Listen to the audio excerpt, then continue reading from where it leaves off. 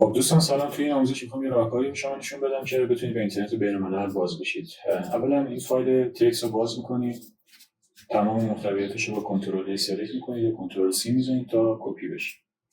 همونجوری که کپی کردید میرید داخل در واقع گوگل اسکریپت، یه script.google.com میزنید، براتون باز میشه. الان بازه بدون VPN. بازش کردید نیو پراجکت رو میزنید. وقتی نیو پراجکت رو بزنید یه خط کد پیش‌فرض پاکش میکنید، کدی که کپی کردید رو پیست میکنید. قسمت هدر کد یه چیز خیلی مهم داره به اسم authentication key. اینا باید عوضش کنید. خودش هم نوشته بین دو تا سمیکالن هستش. عوضش میکنید، کنترل اس رو میزنید.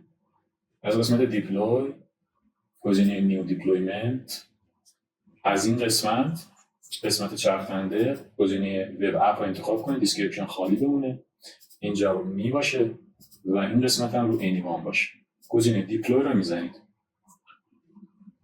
ثبت میکنید تا اپمون دیپلوی شه. یه جور اپه. میگه که باید آتورایز بکنی، آتورایزش میکنی. از قسمت این پاپ آپ ظاهر میشه بعد از فشردن آتورایز. ادوانس گزینه گو تو untitled project on safe رو میزنید. از این قسمت select all و continue. ثبت میکنیم پروژمون. اگه درست کار کرده باشیم میگه که deployment successfully updated. این یعنی کار درست انجام دادید. اینجا خیلی مهمه. دیپلویمنت آیدی کپی میکنید به همراه این پسوردی که اینجا گذاشتید. میایید کجا؟ توی این پوشه که دانلود کردید. توی این پوشه این گزینه ران را اجرا میکنید. وقتی اجرا کنید این اپ یه اپ براتون بالا میاد. اینجا میایید اون دیپلویمنت آیدی اینجا قرار میدین، پسوردتون اینجا قرار میدین، گوگل آیدی ها این قرار میدین، این عدد قرار میدید، گوگل آی پی رو ببخشید. و بعد میایید اینجا از این پایین گزینه اینستال سی ای رو میزنید، یه سرتیفیکیت نصب میشه. چیز خاصی هم نمیاد، یه سری نوشته ها لاگا اینجا میاد و نصب میشه. بعدش یه تست میگیرین، تست ریلای. باید یه چیزی شبیه این ببینید. اگه قرمز باشه یعنی بنویسه تست پاس ریلای از ورکینگ یا ریلای از ورکینگ.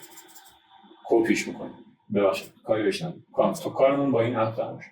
اینو همونجوری در حالت رانینگ نگه می‌دارید. میرین داخل ویتوره. توی ویتوره یه کانفیگ باید بسازین که در واقع این کانفیگ به این صورته. یه آی پی لوکاله برای همه ثابته. یعنی هر کسی میخواد ویتورهش رو وصل کنه به این اپ باید همین کانفیگ رو استفاده کنه. چیزی هم نیست. یه کانفیگ لوکاله یا آدرس لوکاله با یه پورت ساکس 8080. و همین من همین رو بهتون میدم. اینو کپی بکنید، میخواد کاری بکنید. از این قسمت سرورز import share links from clipboard رو میزنید. وقتی بزنید میاد اینجا اضافه میشه. یه تست میگیریم. خب یه تست میگیریم ببینیم کار میکنه یا نه. ببینید که داره کار میکنه.